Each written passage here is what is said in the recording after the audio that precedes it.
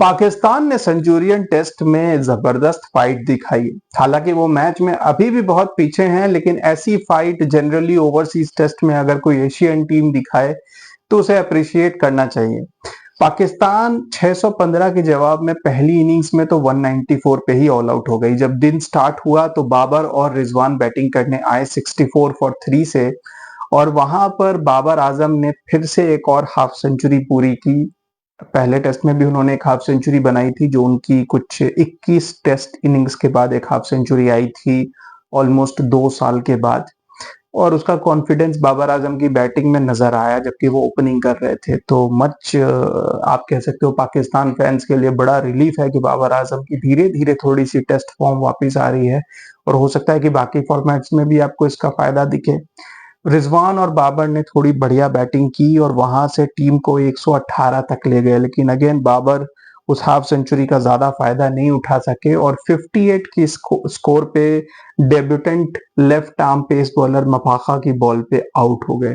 अब आपको बता दूं, मफाका वही फास्ट बॉलर हैं जिन्होंने बाबर आजम को तीनों फॉर्मेट्स में डिसमिस किया है इसी टूर पे, और वो एक 18 ईयर ओल्ड यंगस्टर हैं जो ऑलमोस्ट 150 की स्पीड से बॉलिंग करते हैं, और वो एक नया फास्ट बॉलिंग टैलेंट है साउथ अफ्रीका को जो मिला है। और आने वाली सीरीज में भी आपको अब धीरे धीरे हर फॉर्मेट में ये बॉलर नजर आएंगे। उनके आउट होने के बाद रिजवान फिर से पागल हो गए, और मुझे समझ नहीं आया कि इस सिचुएशन में ऐसी शॉट खेलने की क्या जरूरत थी। 46 के स्कोर पे वो चार्ज कर गया तीनों विकेट छोड़कर, और एक सिक्स मारने की कोशिश की जिसमें वो क्लीन बोल्ड हो गए। और उनके डिसमिस होते ही बाकी पाकिस्तान की team, they were already one batsman short with Saim Ayub, 194 के स्कोर पे ऑल आउट हो गई, जहां पे सारे बॉलर्स ने थोड़ा थोड़ा कंट्रीब्यूट किया। रबाडा ने 3 लिए, मफाका ने 2 लिए, महाराज ने 2 लिए, मुल्डर ने 1 लिया, यानसन ने 1 लिया। और पाकिस्तान वर वे शॉट, जहां पे साउथ अफ्रीका के 615 थे, वहां सिर्फ 194 के स्कोर पे ऑल आउट हो गई पाकिस्तान की टीम, जिसमें 58 बाबर और 46 रिजवान, मतलब 104 रन तो इन दो ही बैट्समैन से आए। बाकी 7 बैट्समैन ने मिलकर सिर्फ 90 रन कंट्रीब्यूट किया। साउथ अफ्रीका ने क्योंकि देखा बहुत बड़ा लीड है, तो उन्होंने डिसाइड किया कि फॉलो ऑन दे देते हैं, और यहां से पाकिस्तान का फाइट बैक स्टार्ट हुआ। बाबर और कैप्टन शान मसूद इस बार बिल्कुल डिटरमिन्ड होके आए, और दोनों ने तेज बैटिंग की। तेज बैटिंग मतलब एक ऑलमोस्ट 4 रन पर ओवर से टेस्ट क्रिकेट में दोनों ने 60 प्लस स्ट्राइक रेट से बैटिंग की, और धीरे धीरे साउथ अफ्रीका के फास्ट बॉलर, जो मेरे ख्याल से पहली इनिंग्स में भी 60 ओवर 65 ओवर बॉलिंग करके थोड़े से टायर्ड थे, वो पहले सेशन बॉलिंग करने के बाद ही ऐसा लगा कि वो भी थोड़े टायर्ड हो गए हैं। पेस भी नीचे गिर गई, लूज बॉल्स भी काफी देखने को मिले, और धीरे धीरे जब ये पार्टनरशिप 100 तक पहुंच गई तो फिर फ्रस्ट्रेशन सी भी दिखने लग गई। वियान मुल्डर ने तो एक बॉल बाबर आजम को वापस दे ही मारा। एक स्ट्रेट ड्राइव थी जो उन्होंने फील्ड किया और बाबर आजम के ऊपर ही थ्रो कर दिया। जनरली बाबर आजम इतना अग्रेशन फील्ड पे दिखाते नहीं है, लेकिन वहां पर वो काफी भड़क गए और अंपायर से जाके शिकायत लगाई। दूसरी तरफ कैप्टन थे तो वो भी जाकर बोलने लग गए। फिर एडन मार्करम ने आकर मामला थोड़ा शांत कराया और मैच वापस रिज्यूम हुआ।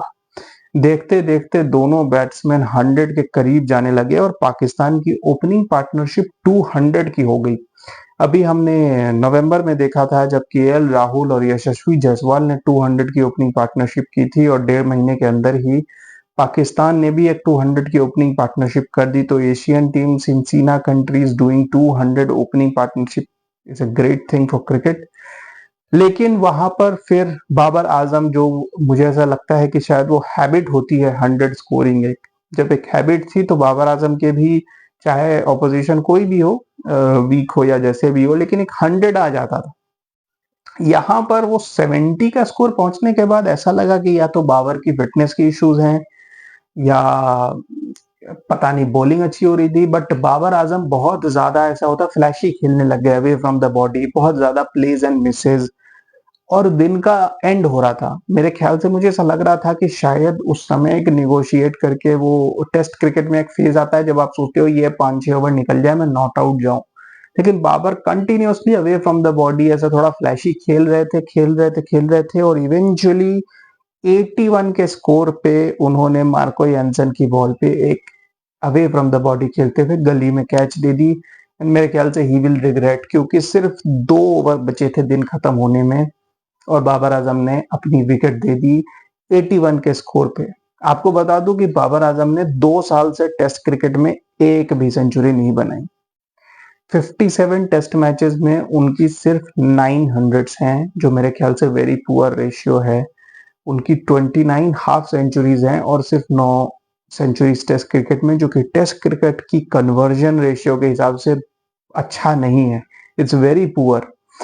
और एक सीना का 100 बाबर आजम मिस कर गए। साउथ अफ्रीका टूर में ये इनकी आखिरी इनिंग्स थी, तो अब अगली सीना इनिंग्स कब मिलती है, क्या मिलती है, इट्स डिफिकल्ट टू से, क्योंकि उनकी 900 में से सिर्फ एक सेंचुरी ऐसी है जो उन्होंने ऑस्ट्रेलिया में बनाई है, वरना बाकी सब की सब एशिया में ही है। 3 रावलपिंडी में है, 3 कराची में है, 1 गौल में है, 1 दुबई में है। तो 8 सेंचुरीज तो ये हो गई, और एक मौका था उनके पास साउथ अफ्रीका में 100 बनाने का, लेकिन वो मिस कर गए। लेकिन कैप्टन शान मसूद ने ऐसा बिल्कुल मिस नहीं किया। मैं आपको आपकी कल की वीडियो में मैंने बताया था कि शान मसूद अपनी बैटिंग परफॉर्मेंस में काफी नीचे जाते जा रहे हैं और उनकी कैप्टनसी भी अच्छी नहीं हो रही। कोई बड़ी बात नहीं है कि 1-2 सीरीज के अंदर वो ड्रॉप हो जाए, लेकिन शान मसूद ने साउथ अफ्रीका में 100 बना के मेरे ख्याल से अपनी पोजीशन फिर से स्ट्रॉन्ग कर ली है, और अब मुझे लगता है कि 1 आध साल वो टीम के साथ बने रहेंगे। एक अग्रेसिव बढ़िया 102 नॉट आउट हैं वो 66 बॉल्स पे। नाइट वॉचमैन खुर्रम शहजाद को भेजा गया और उन्होंने भी दिन निगोशिएट करने में 14 बॉल्स फेस किए। तो कल पाकिस्तान जब आएगी तो they will have a deficit of 208। Pitch अच्छी है क्योंकि साउथ अफ्रीका ने 615 रन बनाए हैं, तो डेफिनेटली, लेकिन चौथे दिन आते आते ऑफ कोर्स अब थोड़ा स्पिनर्स को मदद मिलने लग गई है पिच में। पाकिस्तान ने पहली इनिंग्स में आई वुड से कि एक गोल्डन अपॉर्चुनिटी मिस की। अगर वो 300 के आसपास भी बना देते तो अभी तक मैच अच्छा होता, लेकिन अभी भी 213 बनाने के बाद पाकिस्तान 208 रन पीछे है।